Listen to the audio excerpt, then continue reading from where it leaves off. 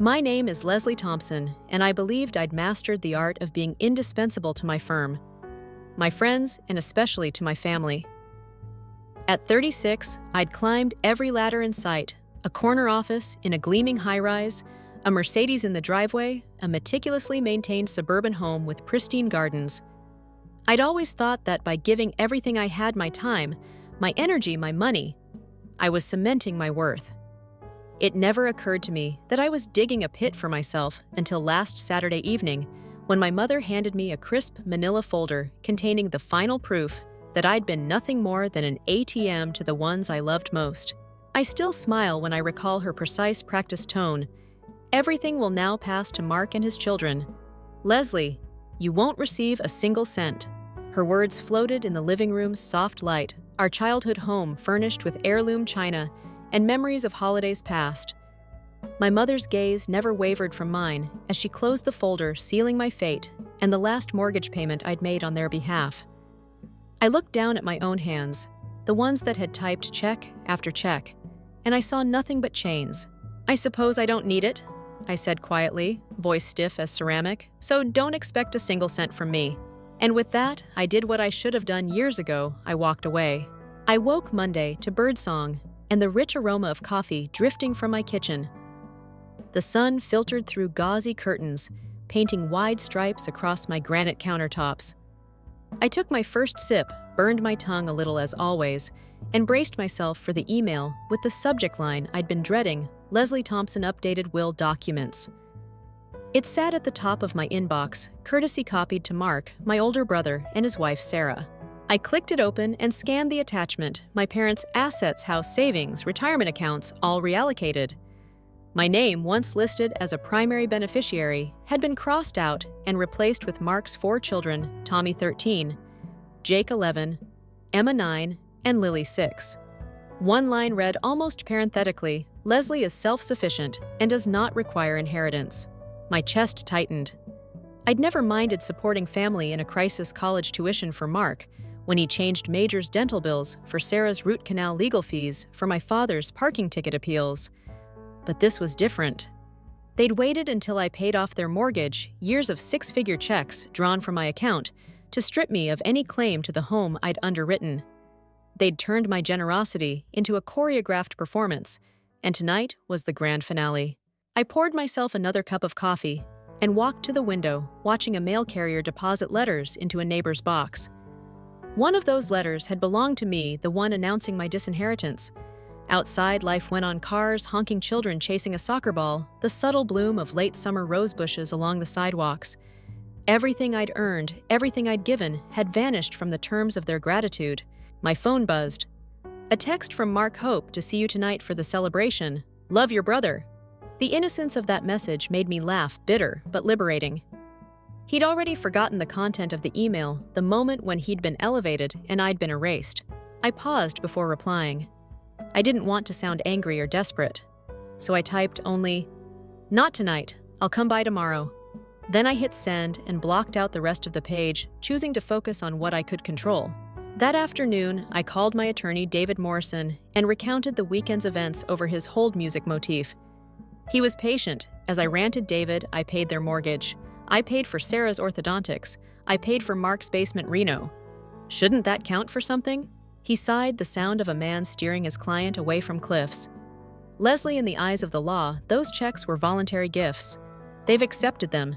You have no legal claim, but you do have leverage. Stop paying. Let them feel the real cost of their ingratitude. I hung up and stared at the laptop screen. My next click would change everything. Within minutes, I canceled the autopay on the mortgage for 428 Maple Street, my parents' home. Then I canceled their internet service, the premium cable package, the smart home subscription I'd insisted on. I went down the list: car insurance, Sarah's dance class tuition, the kids' soccer fees. With each keystroke, I felt the net around me loosening. That evening, I arrived at my parents' skiing news for what I thought was a thank you dinner, but turned out to be an entirely different performance. Dad carved pot roast with meticulous precision. Mom fussed over mashed potatoes, her smile a practiced mask. Mark sat smirking, his 4 kids jockeying for seats. They'd set out 2 cakes, one emblazoned with "Thanks, Leslie," the other announcing Emma's new ballet scholarship. When the apple pie emerged, Mom cleared her throat and revealed the folder. I watched her recite the new will with the poise of a court stenographer, and I felt the final drop of my patience. In that moment, I stood and took back my power. My chair scraped the hardwood. Their jaws dropped. I spoke with a calm that surprised even me. "You've taken everything I've earned and given you for years. Now you decide I'm not worth anything. Fine. I'm done." I left without dessert. Their stunned silence chased me to the driveway, but I didn't look back. At home, I let the adrenaline fade before reaching for the phone. I called David again. "It's done. Should I expect calls?" "Of course," he said. "They'll try to guilt you to protest. Delete everything and let them talk to voicemail. You've made your point." I ended the call and sat in the quiet of my living room, the city skyline framed by my windows. The first night of true freedom was lonely and electric. I poured a glass of wine and lifted it in a solitary toast to myself. Monday morning, 17 missed calls blinked on my phone. Mom, Dad, Mark, Sarah. I didn't return a single one. Texts piled up. "Our heat's cut off. We can't get the groceries. We'll be homeless." "You monster!" I deleted them all. Instead, I opened my banking app and transferred half of my next bonus to a women's shelter, and the other half to a scholarship fund for first-generation college students. I felt a warmth spread through me. My money would actually help those in need, rather than feed my family's sense of entitlement. The changes rippled outward. At work, without constant family emergency calls, I closed the largest deal of my career. I bought myself a red Audi convertible, one of those indulgences I'd dreamed about, but always postponed, and I felt no guilt. I booked a spontaneous trip to Italy and spent 10 days wandering olive groves and sipping wine from rustic terracotta cups. Every euro felt like a taste of liberation. Back home, the mortgage remained unpaid. My parents had to sell their pricey appliances and downsize their lifeless cable package.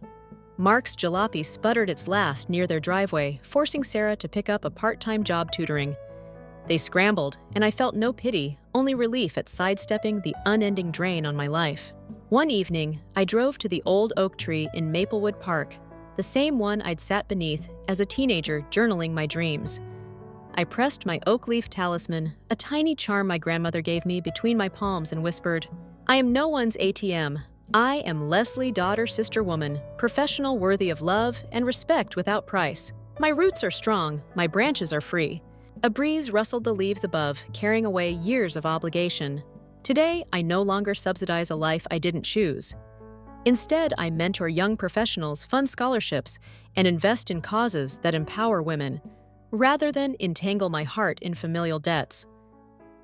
My story circulates among friends as both cautionary tale and rallying cry. Generosity is a gift, not a lifelong levy. Success is not a debt to be repaid by those unwilling to earn their own way. That night, as I finalized a proposal for first-generation college scholarships, I paused and smiled. I remembered the moment I stood up and walked out, a moment of bravery that changed the trajectory of my life. I closed my laptop and whispered one last time, I wouldn't trade that act of self-respect for all the inheritance in the world. Tuesday morning arrived with a soft glow, the sky's pastel hues mirroring the unexpected lightness I felt in my chest. For the first time in years, I didn't wake with a tight knot of obligation in my stomach. Instead, I lay in bed several minutes longer than usual, simply breathing and letting the gentle hum of the morning fill the room. All around me were the trappings of a life I'd built on others' needs, my laptop on the desk, a stack of legal briefs staring back at me, the polished floors I'd paid to maintain. But today, those things felt like gifts I could choose to use on my own terms. I finally rose, slipped on soft slippers, and made my morning coffee. As the steam curled toward the ceiling, I reflected on how much had changed since that Saturday dinner. In 3 days, I'd gone from dutiful daughter and family bank to my own person, unbound by the silent contracts of gratitude and expectation. I took my first sip and savored its bitterness, proof of my new reality. By 8 a.m., I was dressed in a crisp navy blazer and tailored trousers, ready for work. My Mercedes purred to life in the driveway.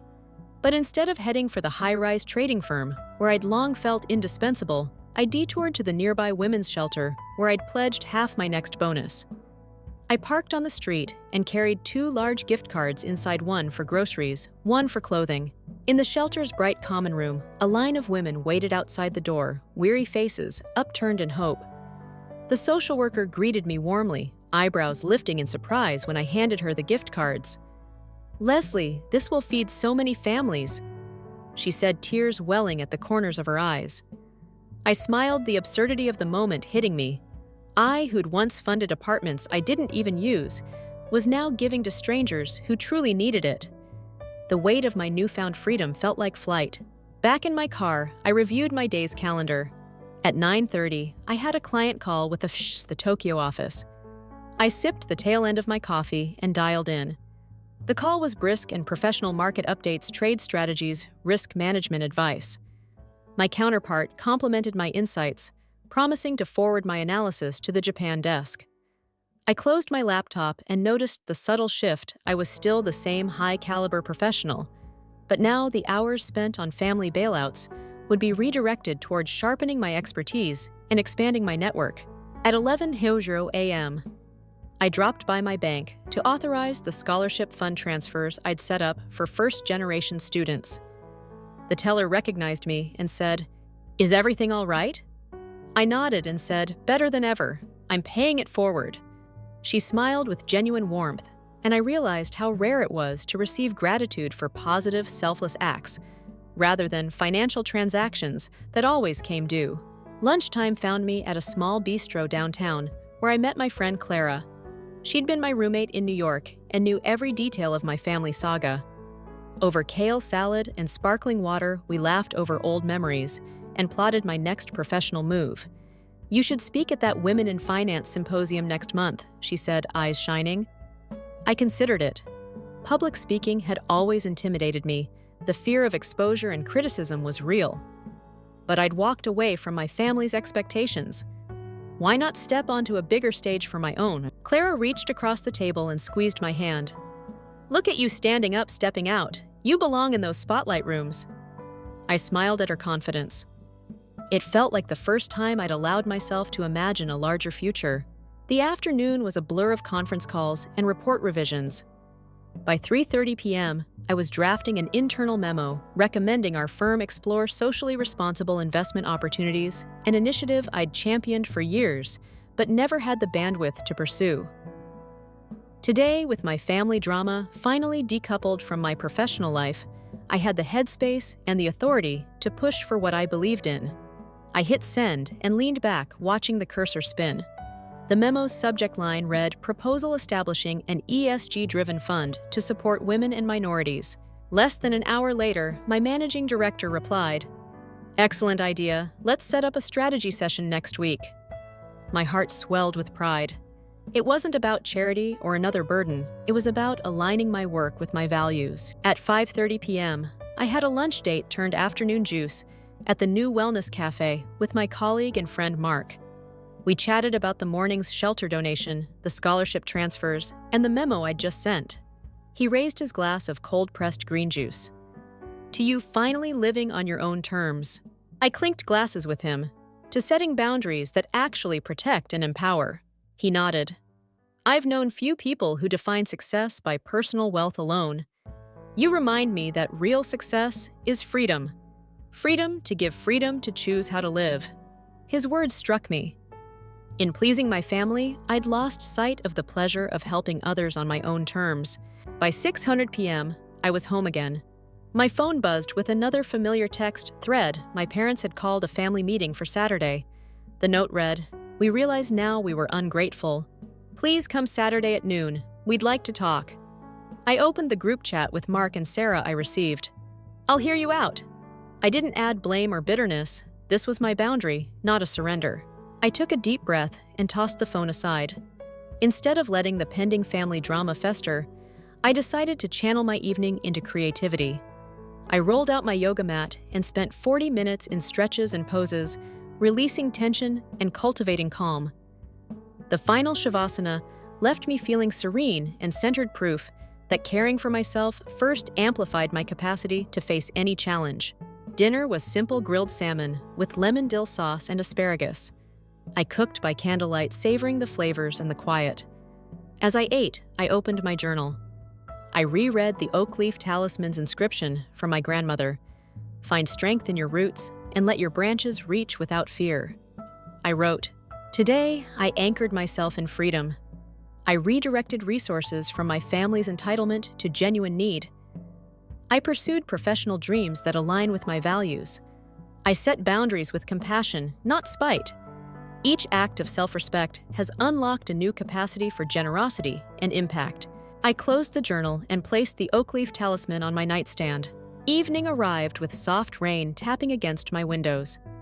I lit a lavender sandalwood candle and settled into the oak leaf corner of my living room. A cozy nook I'd curated with a plush armchair, a potted ficus, and framed photos of friends and travels. Tonight, I plan to work on my speech for the Women in Finance Symposium. I typed the title at the top of a new document, From Obligation to Opportunity, The Power of Setting Boundaries. My outline, Part 1.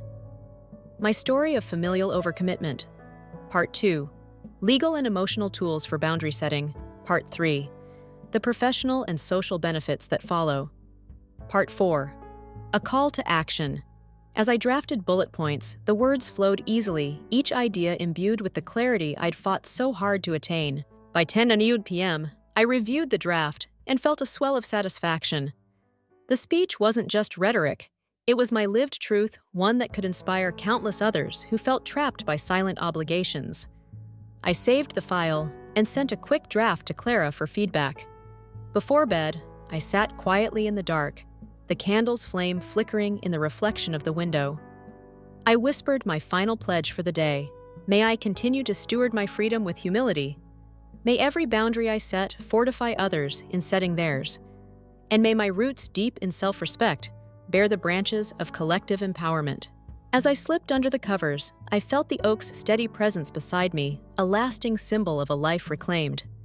Sleep came swiftly, oak roots strong, freedom-bound, ever reaching for the light of tomorrow's possibilities.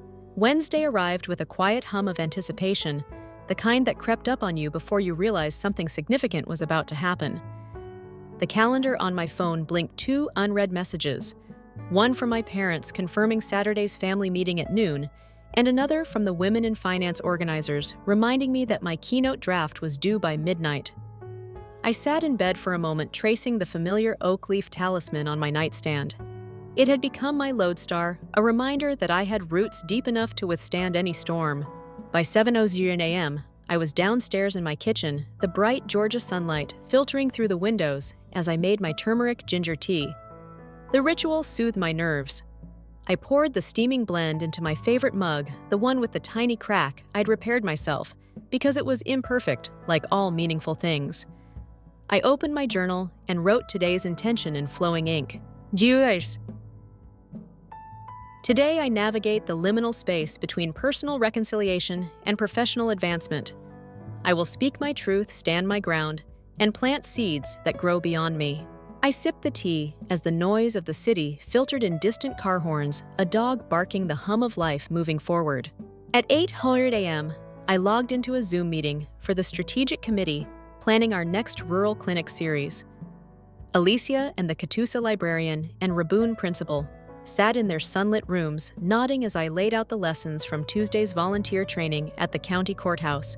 95%, positive feedback, 60 petitions filed, and dozens of families reporting relief within 48 hours. We decided on a rotating schedule, each county hosting a clinic every 6 weeks with alternating focus on legal rights and digital defense. I proposed we integrate an emotional boundaries module led by local counselors. The group agreed enthusiastically. By 9:15, we had action items and deadlines. The pulse of collective purpose energized me. At 10:00 a.m., I had a brief call with the Women in Finance Symposium coordinators. They asked for a synopsis of my keynote, From Obligation to Opportunity, and a headshot. As I scrolled through my gallery, I paused on a photograph taken beneath the oak in Maplewood Park. My self-portrait from last week, the oak leaf talisman pressed to my heart. I selected that image, a visual through line of journey and growth, and emailed it with a nod to my own evolution. Between calls, I reviewed the latest analytics from FSI Academy. Registrations surged overnight. 400 new signups, 320 forum posts, and dozens of thank you emails from mothers and grandparents in small towns who discovered the training portal. A teen from rural Davidson County wrote, "Your module helped me remove a neighbor's hidden camera. I feel safe now." I felt tears sting my eyes at the thought that my story from a single act of boundary setting was catalyzing real change. By noon, I stepped out for a walk to clear my mind before a midday engagement, a panel discussion at the local university on digital privacy for families. The air was warm, laced with honeysuckle. The campus quad bustled with students. I found my way to the auditorium, bright red banners proclaiming the event. Inside, the provost greeted me, "Leslie, we're so excited to have your real-world perspective." I took a seat on stage alongside 2 academics and a cybersecurity expert. The moderator opened, "Ms. Thompson, you've transformed personal adversity into advocacy. Can you share how boundary setting intersects with digital privacy?" I leaned forward, tone measured. When we talk about digital privacy, we often focus on encryption passwords and software. But the first line of defense is asserting who controls your data and your spaces, physical or digital. Saying no to an intrusive family member is the same act of self-respect as refusing a suspicious app permission to access your camera. Both protect your autonomy. Heads nodded. During Q+A, a graduate student asked, "What advice do you have for families who can't afford legal counsel?" I pointed to FSI Academy. Our online portal offers free templates, step-by-step videos, and a community forum. Knowledge is a democratizing force. The applause warmed me, and I realized how seamlessly my personal journey, professional expertise, and nonprofit mission had merged. After the panel, I lunched at a cafe across the street, the same spot where I'd met Emily last week. I ordered a quinoa bowl and iced jasmine tea, then called her. We spoke for 10 minutes, sharing updates her new mentorship role at the firm. My panel insights the approaching family meeting. At the end, she said, "I'm proud of you for every boundary you've drawn and every life you've lifted." I thanked her and promised to pick up her favorite almond croissants on my way home. Back at home by 2:30 p.m., I took a deliberate break. No screens. I brewed coffee and sank into the oak leaf corner, flipping through my journal. The pages told a story of metamorphosis from the first act of walking away through legal clinics and virtual launches to the expanding slate of speaking engagements. I closed my eyes and visualized Saturday's family meeting. I imagined my parents' faces when I calmly explained my boundaries, followed by Emily's supportive gaze. I breathed deeply, anchoring that hopeful scene in my mind. At 3:30 p.m., I shifted to gala preparations. The fundraising thermometer now read $128,000, $45,000 beyond our target. I drafted a thank you letter to donors, highlighting impact metrics and next steps: 10 new clinics, a mobile van purchase, and expanded scholarship funding. My fingers flew over the keyboard, crafting words of gratitude that landed softly in my heart. By 5:00 p.m., I turned to the keynote for the Women in Finance Symposium. With the draft outline already strong, I fleshed out personal anecdotes: the day I cut off my parents a mortgage autopay, the shelter donation, and the oak leaf ritual.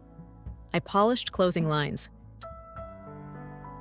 When we choose ourselves. When we honor our worth without apology, we unlock the potential to lift not only our own lives, but entire communities. That is the power of boundaries. That is the promise of freedom.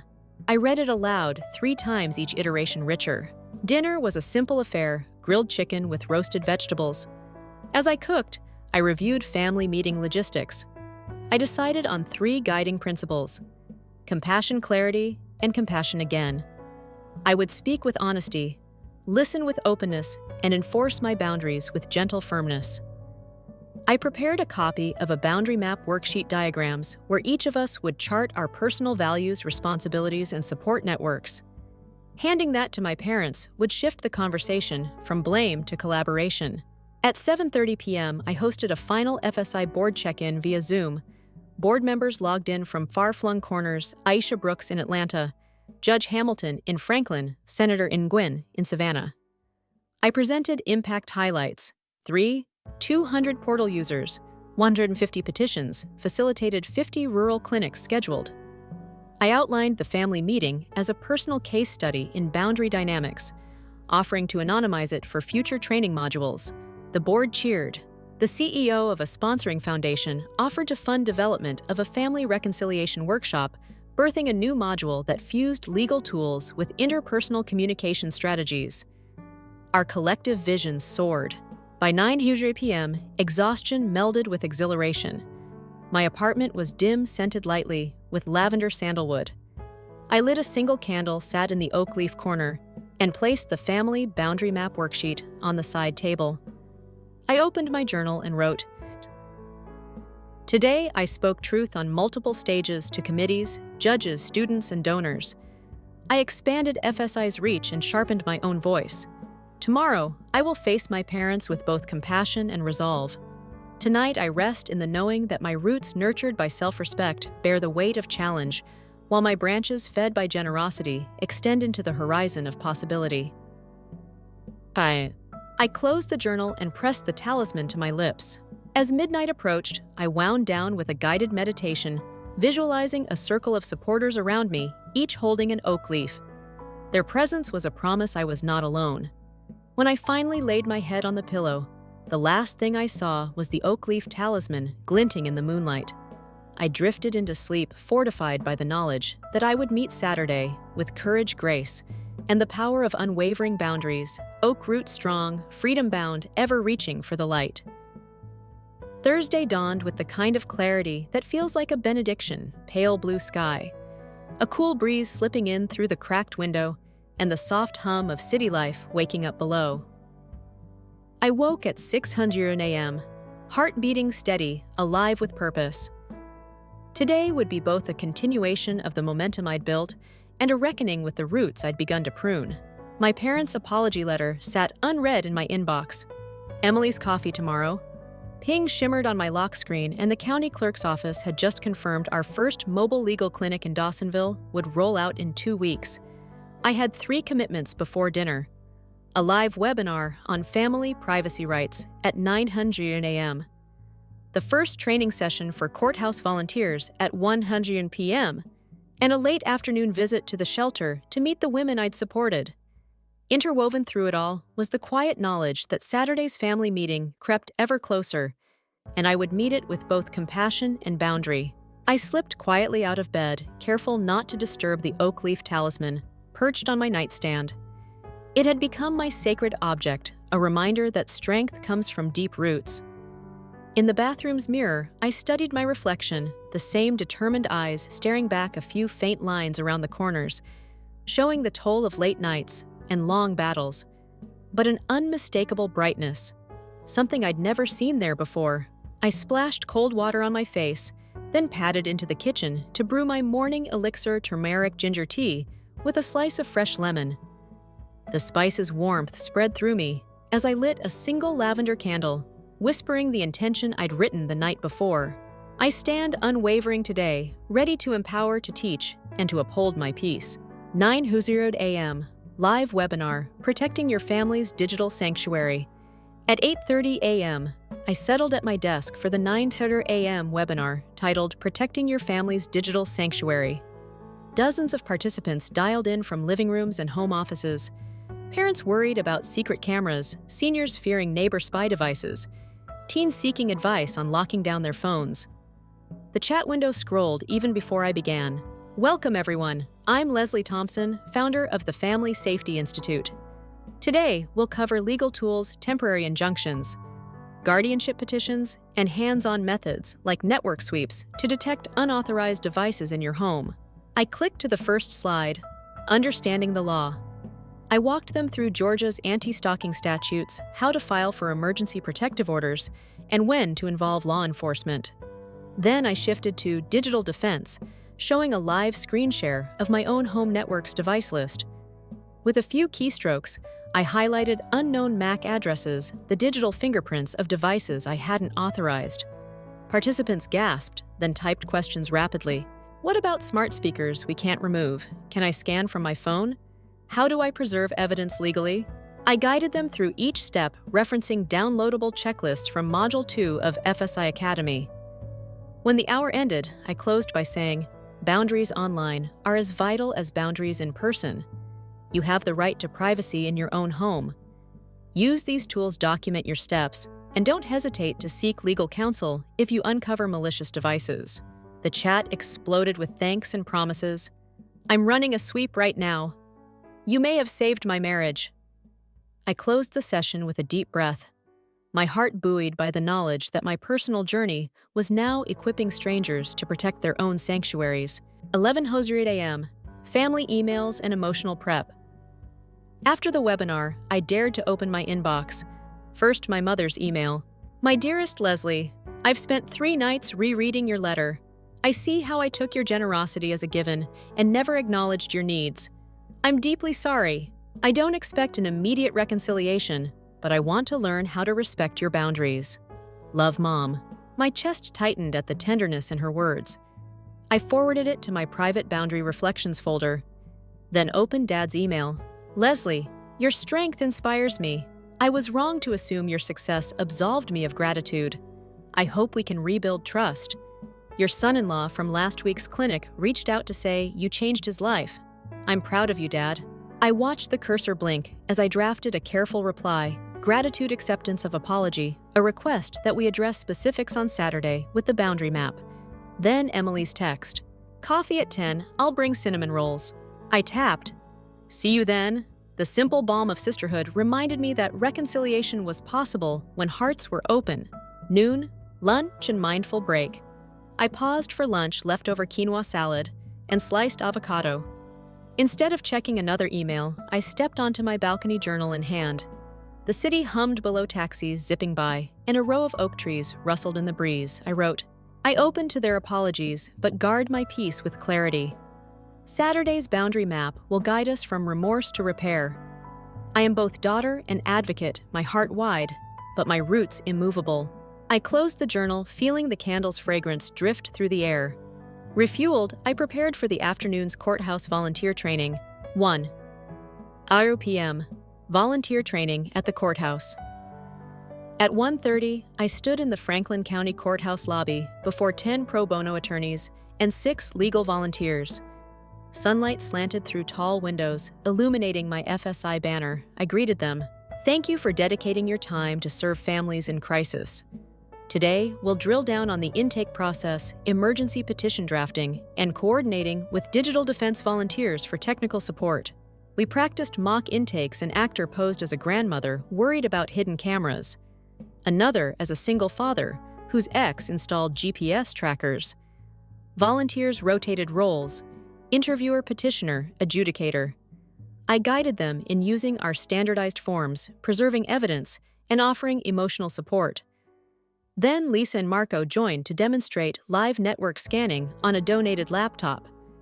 Volunteers watched as red flags popped up unknown devices and learned to walk clients through safe router resets and evidence capture. By 3:30, we ran through FSI's new digital checklist laminated for lobby distribution and scheduled the next training refresh in 6 weeks. The room buzzed with energy and purpose. I felt proud ordinary citizens transformed into guardians of family safety. 4:00 p.m. Shelter. Visit Faces of Impact. The courthouse session ended at 4:00 p.m., and I headed to the women's shelter, where I donated half my bonus. The building was modest brick and ivy, but inside, laughter and conversation buzzed through the hallways. I was met by the director, Miss Delgado, who led me through a corridor adorned with children's drawings and thank you notes. We entered the communal dining area, where a dozen women sat around tables sharing dinner. Their faces lit up when I arrived, the single mother, whose privacy I'd helped secure, the disabled veteran I'd assisted in filing for guardianship, the college student I'd funded. Each woman gave me a hug or a handshake. One of them, Rosa, pulled me aside. Tears glittered in her eyes. "Rosa Leslie, I never thought I'd feel safe at home again. Your grant paid for new locks, and your legal guide helped me file an injunction against my brother." I hugged her fiercely, my own eyes brimming. This was the difference between transactional charity and transformative justice. I spent an hour listening to their stories, offering encouragement, and promising continued support through FSI Academy. As I left, one woman called, "Thank you for choosing us." I realized that was the deepest gratitude of all. 5:30 p.m. Preparing for the gala pitch. Back at home by 5:30. I had just 2 hours to prep for tonight's gala pitch. I changed into a slate gray sheath dress and pearl earrings, symbols of professionalism and poise. In my office, I opened the gala deck, rehearsing my closing address. Tonight, we stand at the crossroads of courage and compassion. Your support has funded 15 clinics, won 200 petitions, and a digital sanctuary serving over 5,000 families. With your continued generosity, we will expand into 20 new counties, launch our reconciliation workshops, and secure the future of FSI Academy for generations to come. I refined the slides' impact metrics testimonials. A bold fundraising ask, $150,000 to purchase a second mobile clinic van and underwrite legal fees for 300 families next year. The final slide glowed with an oak leaf emblem and the tagline, "Rooted in respect, growing with generosity." Satisfied, I packed the laptop and notes into my leather tote, then paused to light a white tea candle, an anchor of calm before the evening's finale. 7:00 p.m. Gala reception, energy and gratitude. By 7:00, I arrived at the Riverside Ballroom, awash in purple uplighting and oak leaf projections on cream walls. Supporters mingled with clients, volunteers, and corporate donors. The hors d'oeuvres passed mini crab cakes, stuffed mushrooms, while the jazz trio played softly. I shook hands with Senator Nguyen, who whispered, "Your boundaries model is changing our state's approach to family welfare." I exchanged nods with Judge Hamilton and reporters from the local paper. Everywhere I looked, congratulatory smiles reminded me that this movement belonged to all of us. 8:00 p.m., gala keynote and fundraising appeal. At 8:00, the MEC called for attention. I stepped onto the stage under a single spotlight. The room hushed. "Good evening, everyone. My name is Leslie Thompson, and I once believed my worth was measured by how much I gave to those who demanded it. Tonight we celebrate a different measure, how we give to those who need it, how we honor our own needs so we can pour into others from a place of strength." I paused, letting that sink in. The evening's impact video rolled behind me, families hugging in lobbies, tears of relief, children's laughter echoing in clinic halls. When it ended, the audience was silent before erupting into applause. Thanks to your generosity, FSI has served over 5,000 families, trained 200 volunteers, and launched a digital portal reaching every county in Georgia. But our work is far from done. Tonight, I ask you to invest in the next phase, $152,000, to expand our mobile clinics, underwrite pro bono legal services, and develop a reconciliation workshop module that bridges repair and empowerment. The live donation meter sprang to life on screens at either side of the stage. Pledges flickered in $10,000, $5,000, $25,000. I scanned the room nodding as the thermometer came past 122,000. When it hit $152,000, the chandelier lights dimmed and the first oak leaf projections multiplied across the walls. A standing ovation followed.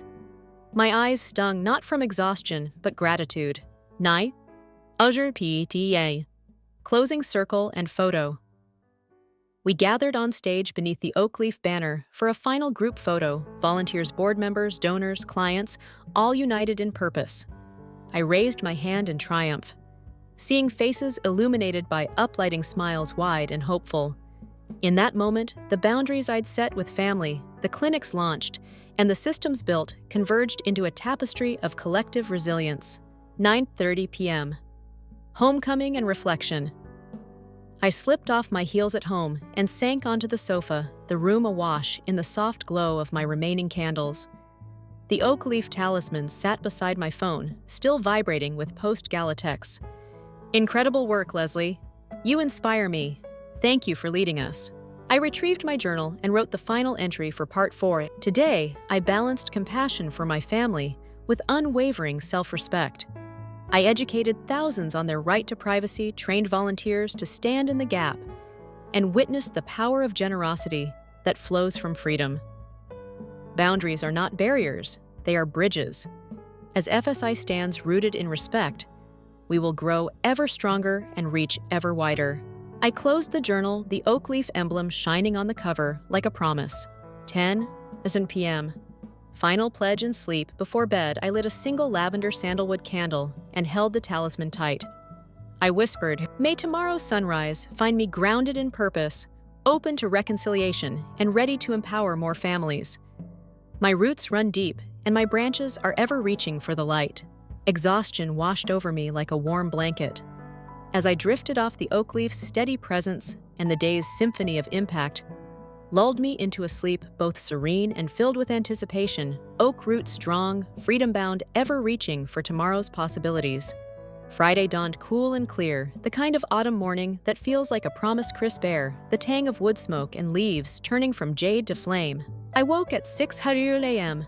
to the soft glow of dawn filtering through my bedroom curtains. For the first time in weeks, even months, I lay still for a few moments, listening to the quiet in my home. No demands, no obligations tugging at my mind. My parents' apology letter sat open on my desk. Emily's coffee tomorrow text blinked on my lock screen, and the FSI Academy user count had climbed past 3,500 while I slept. It felt as though every piece of my life, personal and professional, had finally come alive together, a symphony rather than a cacophony. I sat up, reached for my journal, and turned to a fresh page. In the margin, I sketched a single oak leaf, my personal emblem for strength and renewal. Beneath it, I wrote today's intention. I opened my heart to transformation, honoring past lessons while stepping boldly into new possibilities. I will meet reconciliation with compassion and continue expanding FSI's impact with strategic purpose. I savored a cup of matcha in the oak leaf corner of my living room, candle flickering beside me. Every sip tasted of anticipation. 8 a.m.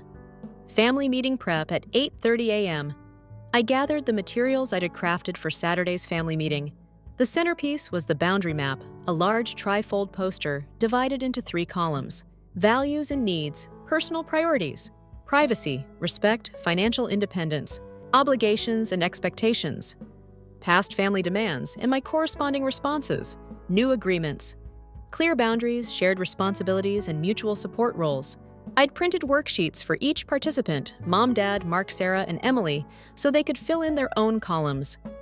I added copies of the Family Reconciliation Guide. I'd drafted an FSI module focused on compassionate communication, active listening exercises, and small rituals for honoring progress.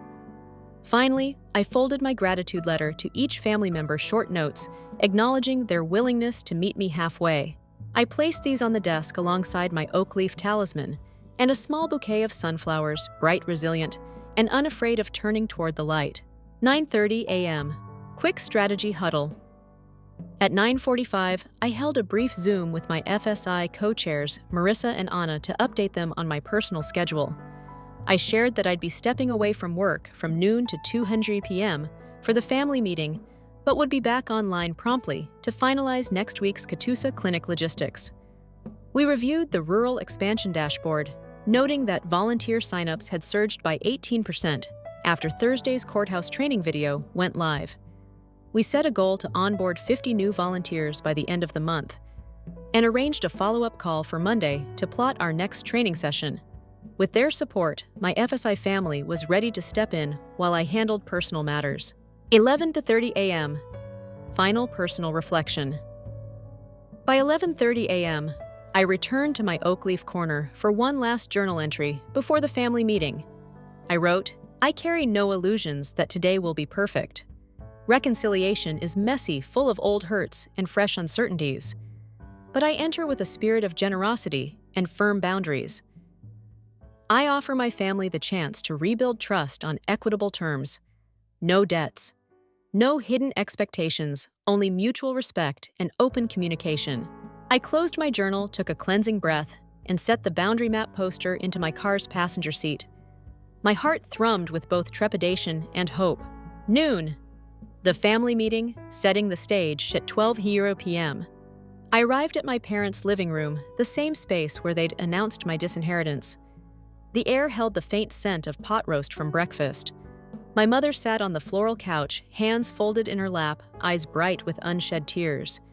My father stood by the china cabinet, his usually stern face softened. Mark hovered near the doorway. Sarah at his side, the 4 kids' absent grandparents, had promised to watch them for 2 hours. Emily entered behind me, carrying cinnamon rolls and coffee. She wore a pale blue scarf, my favorite color, an unspoken olive branch. I took a breath and set my bag on the coffee table, placing the boundary map and guidebook at center. The room was silent, expectant. Me, thank you all for coming. Today, I want us to explore how we move forward together, but as equals, respecting each other's needs and limits.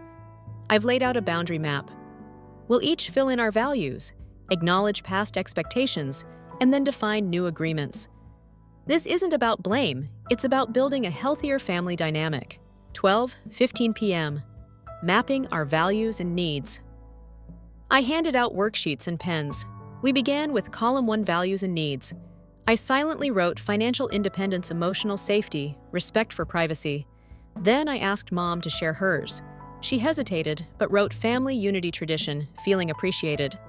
Dad added, providing for family stability, gratitude. Mark's head bowed as he wrote, support my children, mutual respect, fairness. Sarah's list read, security for kids, clarity in roles, kindness. Emily, her voice soft, noted, honesty, sibling bond, mutual celebration.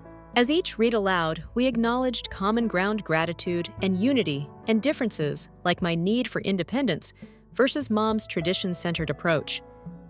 The exercise revealed how past actions, my financial bailouts, had unintentionally diminished my own values.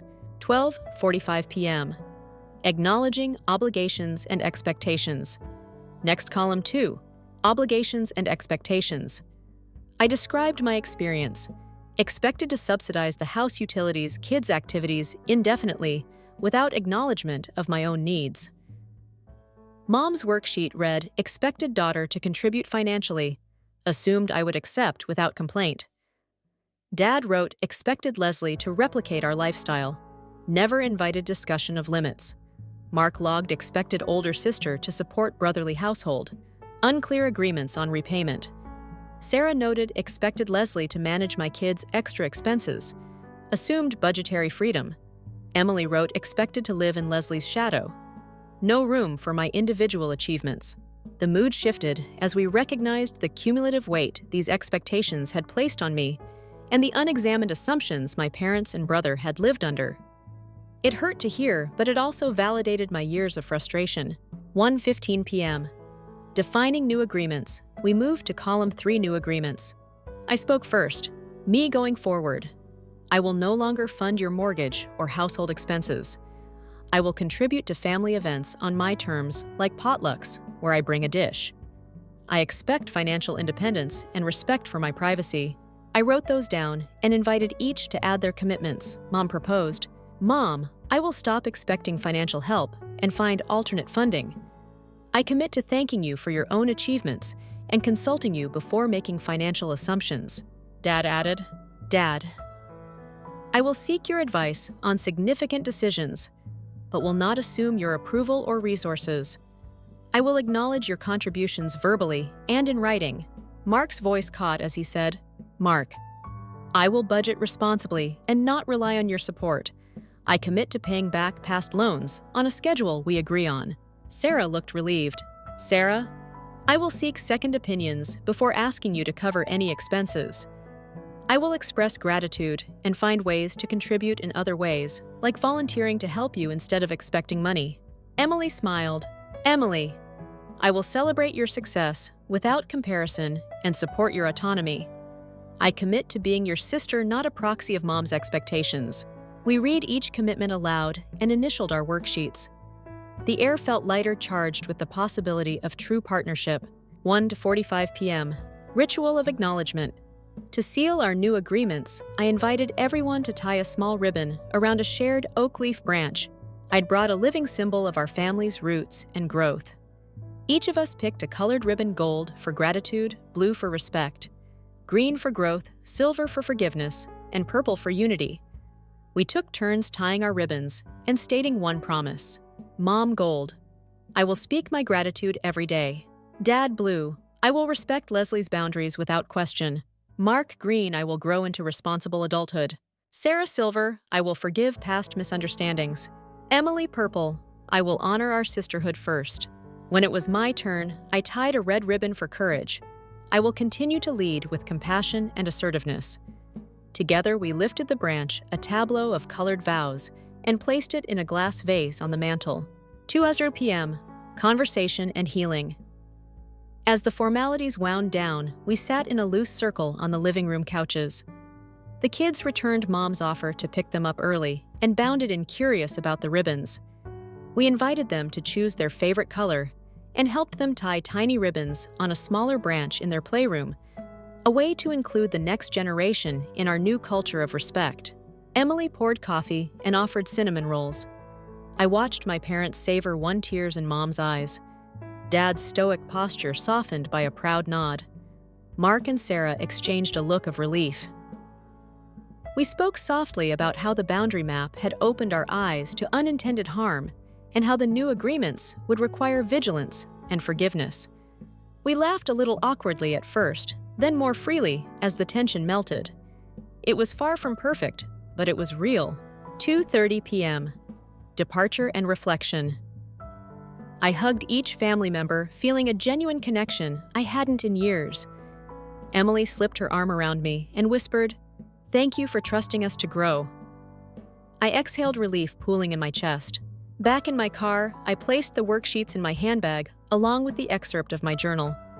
I sat for a moment watching the oak leaf branch through the windshield ribbons fluttering in a late afternoon breeze. I closed my eyes and whispered, "Today we honored our roots and pledged new growth. May these agreements guide us forward with kindness and clarity." 3:00 p.m. Shelter follow-up. At 3:30 p.m., I arrived at the women's shelter to deliver the reconciliation guidebooks I'd produced for FSI Academy. The director, Miss Delgado, greeted me with a warm hug. "I heard about your family ceremony. It was beautiful. These guidebooks will help families navigate their own journeys." I helped distribute the books to a new cohort of residents. One young mother swaddling her infant said I used your boundary exercises with my mother, and it changed our dynamic overnight. Her gratitude mirrored my own hope that healed families create stronger communities. 4:30 p.m. Virtual portal updates. Back home by 4:45, I logged into FSI Academy to update the Family Reconciliation module with a recorded walkthrough of the boundary map exercise. I uploaded 6 short videos demonstrating each step, identifying values, listing past expectations, drafting new agreements, and creating a tangible ritual. I added downloadable worksheets for families everywhere. By the time I logged off, forum discussions had already begun, parents scheduling their own ceremonies, siblings sharing ribbon-tying photos, elders praising the guided approach. 5:30 p.m. Evening solitude and professional planning. I spent the next hour reviewing the gala's donor letters and plotting next week's board meeting. Impact numbers: 20,000 portal visits, 200 petitions filed, 15 rural clinics scheduled. I drafted a brief for Center. In Gwen's office, recommending statewide adoption of FSI's boundary map in family court protocols on contested estates. The professional pulse of expansion beat alongside my personal journey, 2 currents harmonizing into a powerful flow. 7:00 p.m. Dinner and self-care. As evening fell, I cooked a simple dinner pan-seared salmon with lemon herb quinoa and played soft jazz. No screens. I sat on my balcony watching the city lights blink on. With each bite, I felt gratitude for the space I'd created in my life, the freedom to choose where to invest my energy.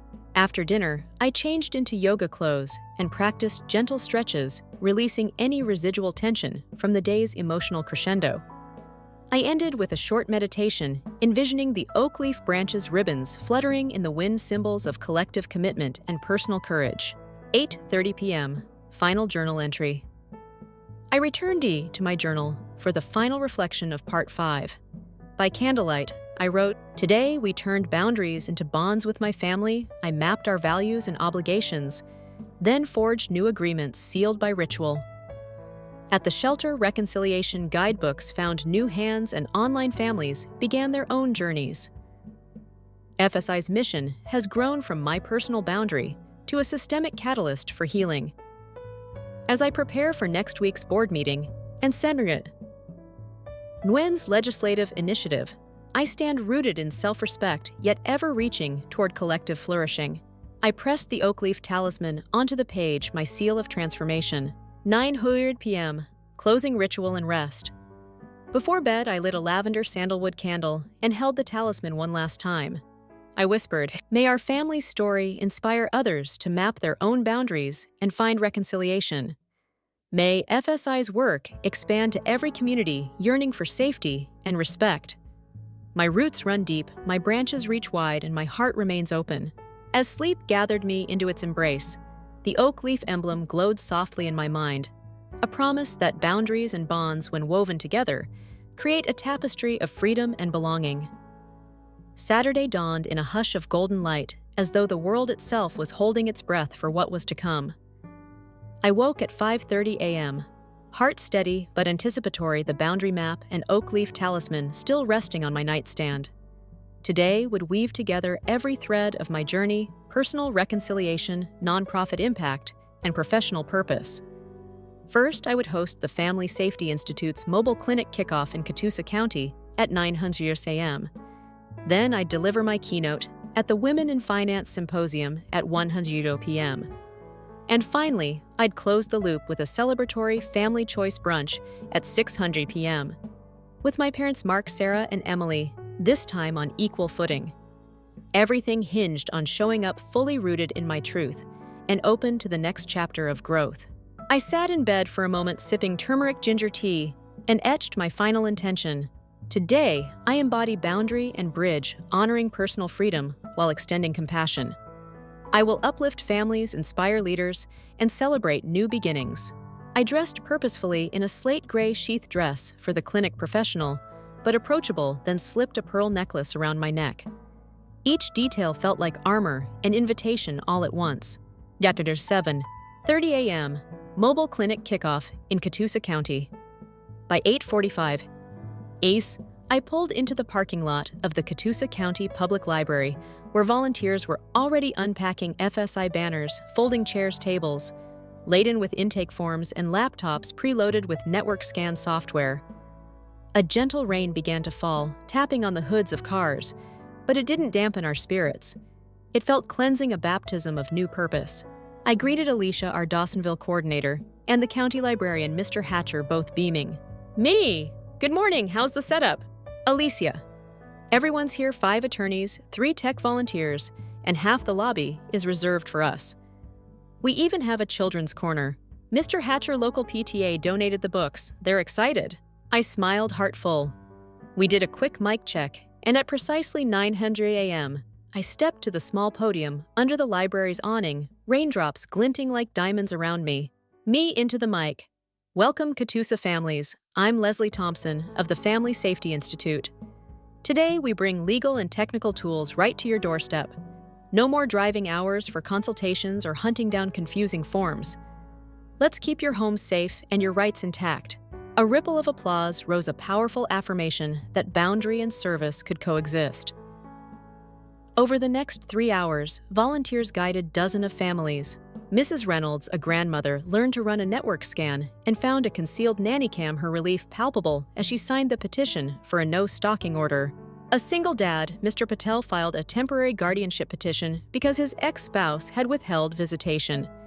He was so nervous he trembled, but the attorney beside him coached him through each line of the form.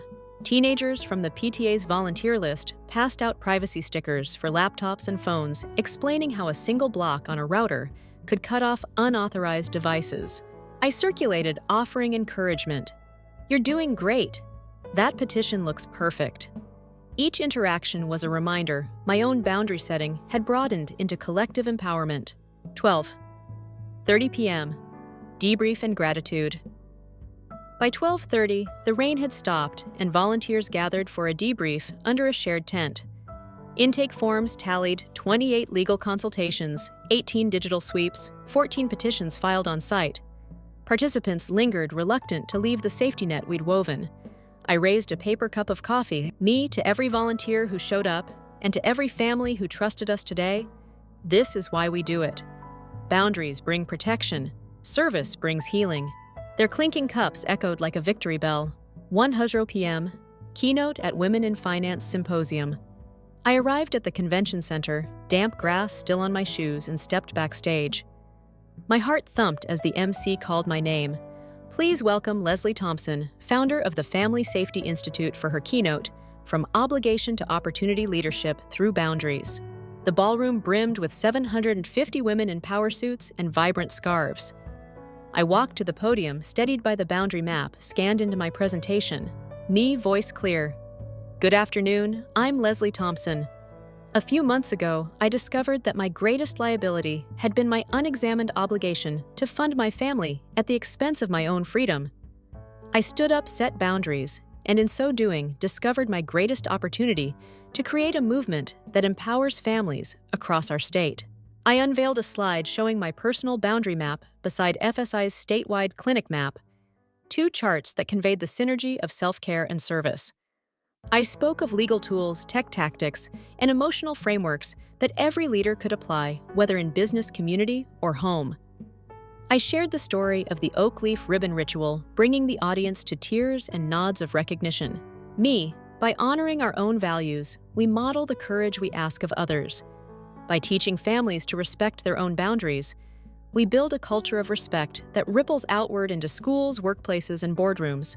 The standing ovation that followed felt like the resonance of 1,000 boundaries honored. My heart soared, knowing that my personal act of walking away had blossomed into a leadership philosophy. 2:30 p.m. Family discussion. Over brunch. After the symposium, I rushed home, changed into casual jeans and a cozy sweater, and illuminated my dining room with soft light and the boundary map centerpiece. At 3:00 p.m., my family arrived, city-style, Mom with her apology letter, Dad carrying a small houseplant, Mark and Sarah with a homemade fruit tart, and Emily balancing a tray of cinnamon rolls. The kids tumbled down the stairs, wide-eyed and curious. I poured coffee and sparkling water, then said, Thank you for coming. Today, we celebrate not my inheritance, but our new partnership. Each of us respected, each of us accountable. We reviewed our boundary map one more time. Values and needs, obligations and expectations. New agreements, and each reaffirmed our commitments aloud. This time, I noticed the genuine gratitude in my parents' eyes. No guilt or defensiveness, only a willingness to build anew. Emily raised her glass. To Leslie, our catalyst for growth. We clinked cups, and the room hummed with warmth. 4:00 p.m. Family choice activity. Community tree planting. Instead of heading straight home, I surprised everyone. I'd arranged for a small oak sapling to be planted in our neighborhood park as a symbol of our renewed family bonds. The children squealed with delight as we walked to the park. Mark dug the hole, Mom and Sarah held the sapling firm, and Emily helped me sprinkle water and soil. I explained, this oak will grow as our family grows roots, deep in respect, branches, broad in love. We stepped back to admire our work, tasseled hands dirty and hearts full. A passerby mommy blogger photographed us. I smiled, knowing our story would inspire others. 5:00 p.m. Family rejoins, FSI Success Celebration. That evening, I hosted a small gathering in my backyard for friends and FSI volunteers, a Boundary in Bloom celebration. String lights twinkled overhead, a long table groaned under homemade dishes, and a projector screened images from the day's clinic, the symposium, and our oak planting. My parents, Mark, Sarah, Emily, and even the kids, mingled with volunteers, pointing out faces on the screen. Dad raised his glass. Dad, to Leslie's vision and courage, may we all grow as tall and steadfast as that oak. We cheered, and I felt the unity of personal freedom and communal purpose converge in a moment of pure joy. 6:30 p.m. Final reflections under the oak. As twilight deepened, I slipped away to the park's new sapling. I knelt and pressed the oak leaf talisman into the soil at its base. I whispered, may your roots be blessed by intentional boundaries and your branches by compassionate service. May our family and every family served by FSI find strength and shelter in you. The breeze rustled tiny leaves, the oak's first whisper at our shared promise. At 7:00 p.m., homecoming and sustainable momentum. Back home. I changed into loungewear and curled up with my journal one last time. By candlelight, I wrote, "Today, we embodied boundary and bridge in service of communities in leadership on broader stages and in the sacred soil of family." Each commitment legal clinic keynote family ritual wove into a tapestry of resilience. As FSI expands into new counties and our oak leaf modules guide more families, I stand rooted in freedom and ready to reach even further. I close the journal, my oak leaf emblem pressed between the pages. 8:00 p.m. Bedtime pledge and rest. Before drifting off, I lit a lavender sage candle and held the talisman one final time. May each dawn find me anchored in authenticity. Each dusk remind me of the lives uplifted by our work, and each night offer rest for the journey ahead. Our roots run deep, our branches bear the winds of change, and our hearts remain open to growth. As sleep claimed me, I felt the oak's gentle strength cradle my dreams, oak roots strong, freedom-bound, ever reaching for tomorrow's light.